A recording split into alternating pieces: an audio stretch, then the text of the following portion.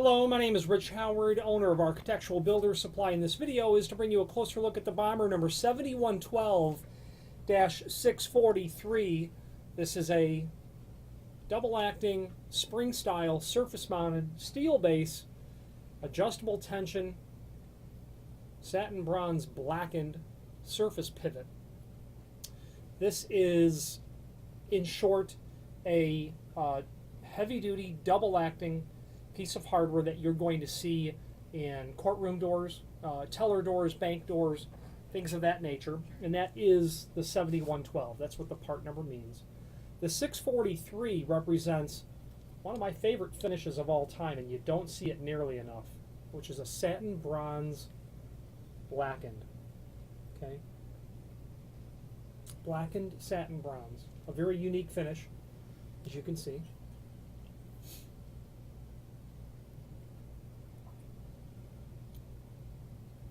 This nut is intended to come off during installation. Okay, we'll get to that in a moment. Actually, we're going to get to it right now. I'm going to pause this and remove that nut. Just needed a crescent wrench there to get that nut off. It was just greater than hand tight in terms of where it was.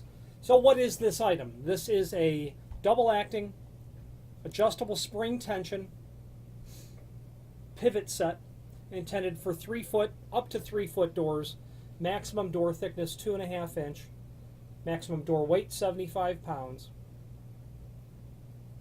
And you're going to see this in courtrooms. You'll see them constantly. The two little doors that go from the seating area side to the face of the court, you'll see these quite constantly, is where you're going to see this material. And why do people use them? Well, because they're incredibly long-lasting. I've seen these in useful service decades after the original installation. And they're rated for that sort of application. Okay, it's where they're going to be used. Obviously, the 643 finish that I had mentioned earlier, you don't see satin bronze blackened often, but you'll see it enough to where it's offered as a finish. So this is the business end of the adjustable spring tension double-acting pivot. It's obviously the bottom portion. What you were seeing me fiddle with earlier is the bottom jam plate. And obviously that portion sits into there, and we're going to go over the installation of that in a moment. Of course, the nut and the star washer that will go with it. Then you have your top jam bracket, and then your top, I believe they call it a top pivot socket, and that goes to the top of the door. Okay. Available in several different finishes from Bommer. 643, like I said earlier, is significantly less common. Satin chrome, of course, is all the time and very, very typical. This is a steel-based item, which is in comparison to their brass-based items as well. Being that it's a 7112 versus it being a 7312. The 7312 would be a solid brass version. 7112 would be a steel-based version. Otherwise, their specifications are the same in terms of maximum door width, maximum weight, maximum thickness. Their specifications of operation are the same. So that's what the item is for. That's what it looks like. Now, moving on to the installation instructions will be the balance of this video that will probably run on for a few minutes at least. There are two links below this video. One is called the template, and the other is called the instructions. The instructions are included with the hardware. The template generally is not, and that is a shame because both documents are required for installation. So I generally don't see the template, but we've got it below this video for you to click on and review fully before, during, after purchase installation as well. Looking at let's look at the template first. The template gives all of the dimensional properties of all of the constituent pieces and parts. So I'm not going to beleaguer any of those points with a tape measure on this video because they're literally drawn there. What the template brings to your attention that the installation instructions don't, that are required to know, is the dimensions needed for mortising the top pivot socket. That goes in the top of the door. The dimension needed for the top spindle to go through the top pivot socket and into the door. And then the dimension required for what is called the boss, so that the door will literally sit on top of this section. Okay? And then last, but certainly not least, is the radius required for the door edge, the pivot door style. 1 5/16 maximum radius edge of the door for clearance. That is absolutely crucial. So what they're calling out there is you will have to radius the door edge over in order to install this per the template. Okay? Without that sort of radius, you will find that you won't get the item to operate. It's as if my fist was the end of a square edge door and you're going to hit the jamb. Okay? Now the point of the matter is you're going to have the jamb bracket attached to the cased opening frame, then your door sits in here. There's this thickness of this material that's here and is, I don't easily see that at all. It's going to be somewhere in the range of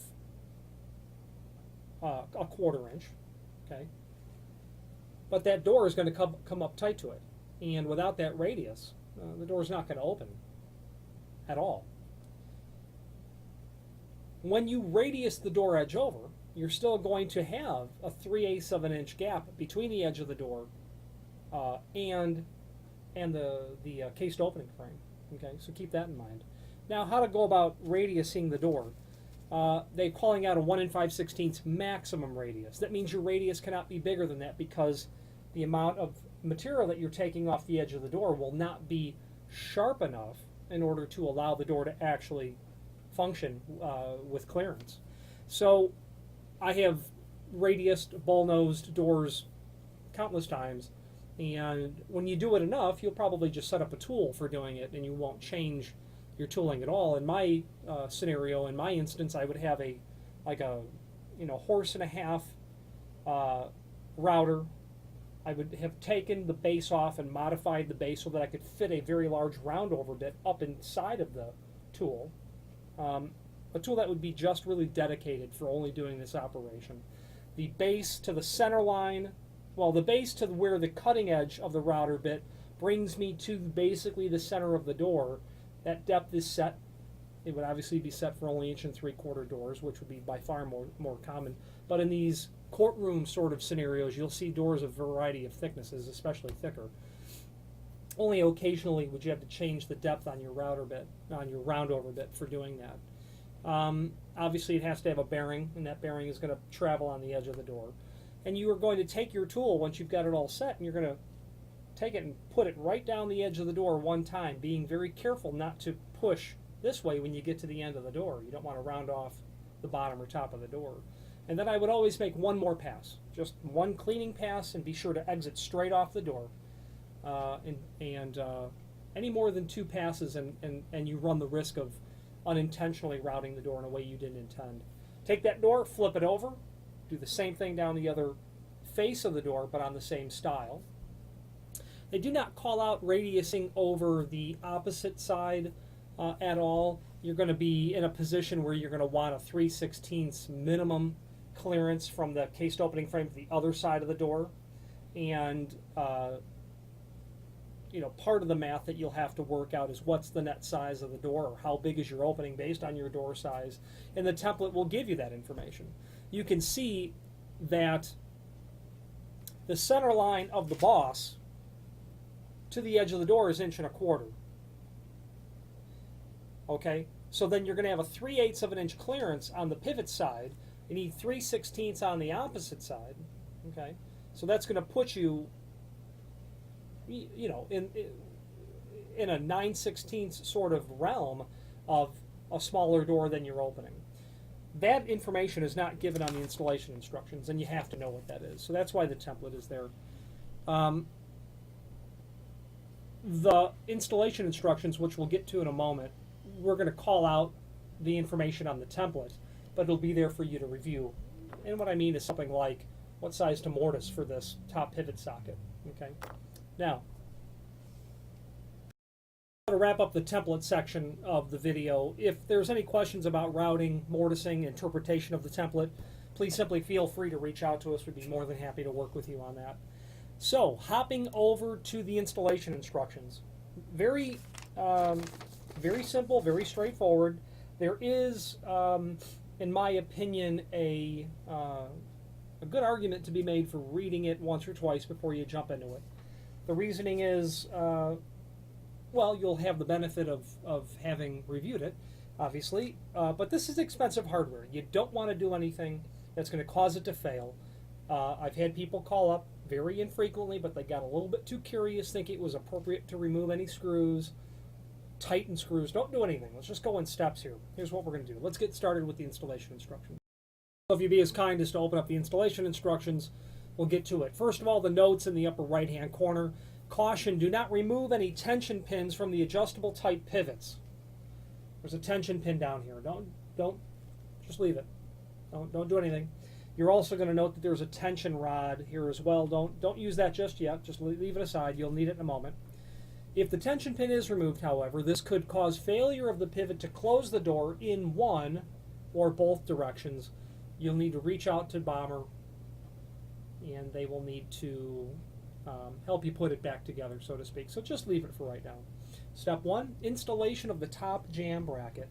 What that means is locate the top bracket at the correct height and secure to the jam.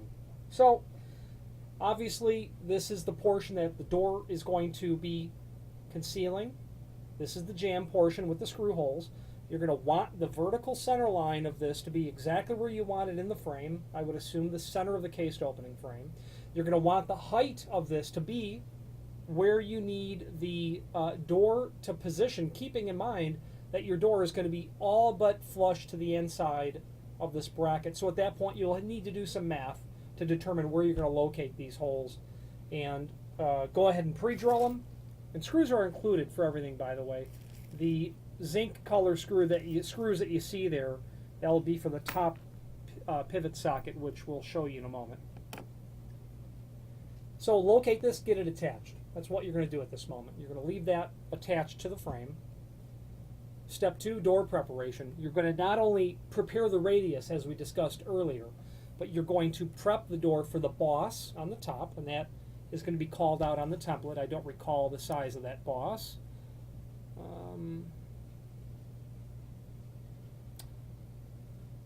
Interestingly enough, I don't see the, oh, it's 1 inch. Forgive me, lower right-hand corner. 1 inch hole is what you're going to drill. Doesn't give a depth. It does give a depth, forgive me. That's basically 5/8, you know, not quite 5/8, but pretty close. Okay.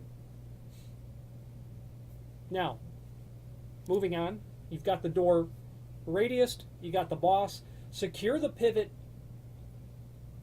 to the door with the center of the spindle aligned with the center of the hole in the top pivot bracket. That means that the center of the spindle, the center of the spindle, the center line of this, and the center line of this need to be on the same center line.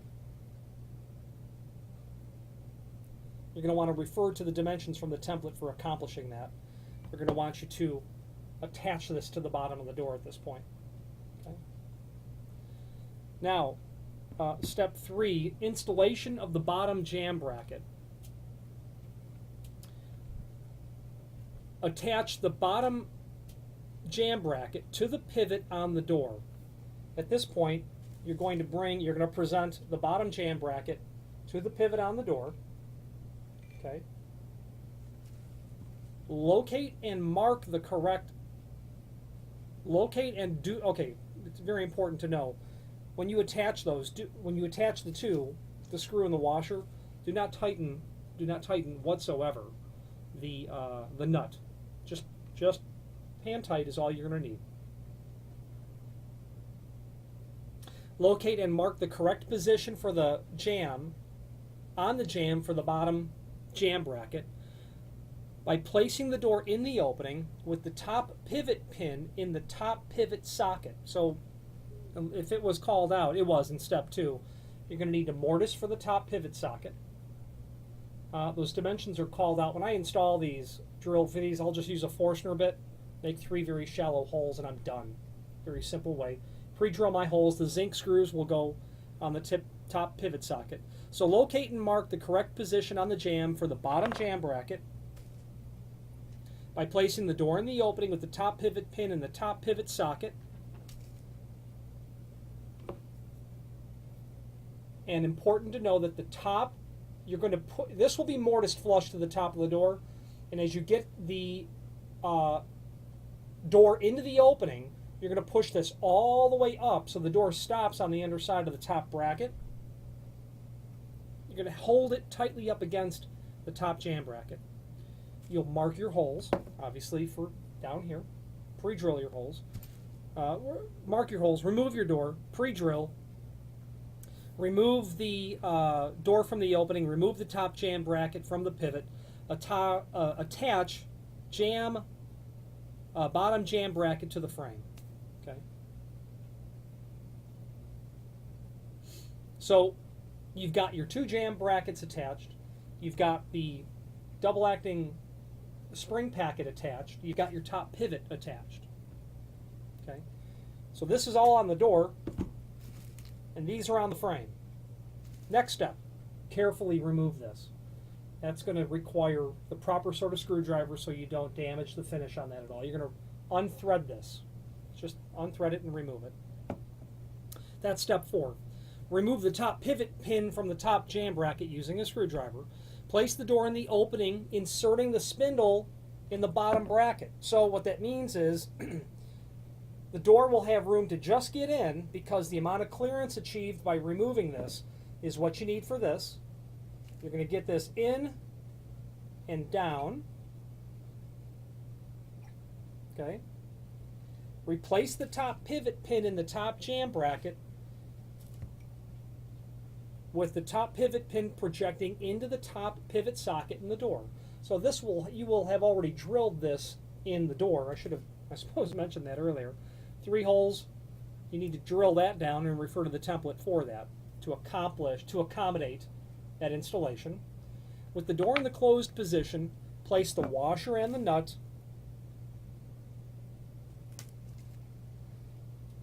underneath here and then attach. And I'm not going to do it because of a reason that I'll make clear in a moment. With the door in the closed position, place the washer and nut on the spindle and tighten securely. This will draw the splines that are on the shaft down into the bottom portion.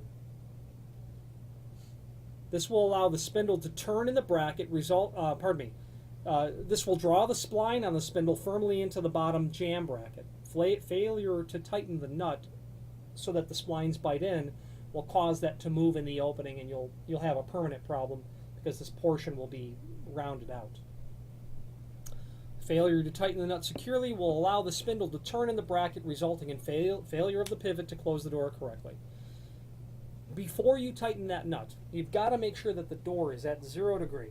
Okay, because once those splines get bit in, they're in. That's the point of those splines that are there. Okay. Step 5, tension adjustment. This is why we've not touched anything in terms of the tension pins. To change the closing power, insert the tension rod into the tension collar, and that is, of course, indeed the item down here with the holes. Turn counterclockwise as viewed from the bottom.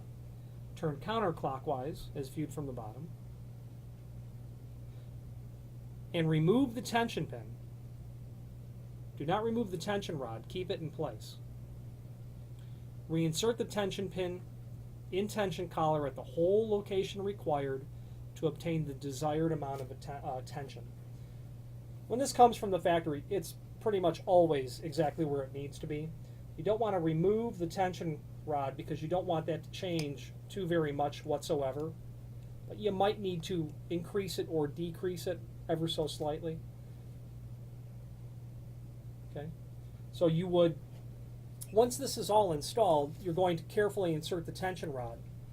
You'll be able to turn that, and with your hand pull, there's a lot of tension on that, pull that pin out and then either increase the tension by clockwise rotation or decreasing it by a controlled counterclockwise. I wouldn't go here at all, this first hole, because if you had to decrease it, you wouldn't be able to get that moved over far enough before it hit the shoulder of this. So go over on the other side, and you'll have yourself two holes to, to maneuver in if you follow. That's really the installation aspect. It's easy to install this hardware when you've gone through it once. It's important to get it right because damaging these splines, well, more so the female preparation in the bottom jam bracket, will be where this will fail if you didn't go through the proper steps. I can attest, as I said earlier, to having seen these pivots installed after decades of reliable use. That's just the bottom line. Now, the name Bommer is synonymous with all things double-acting hinge related,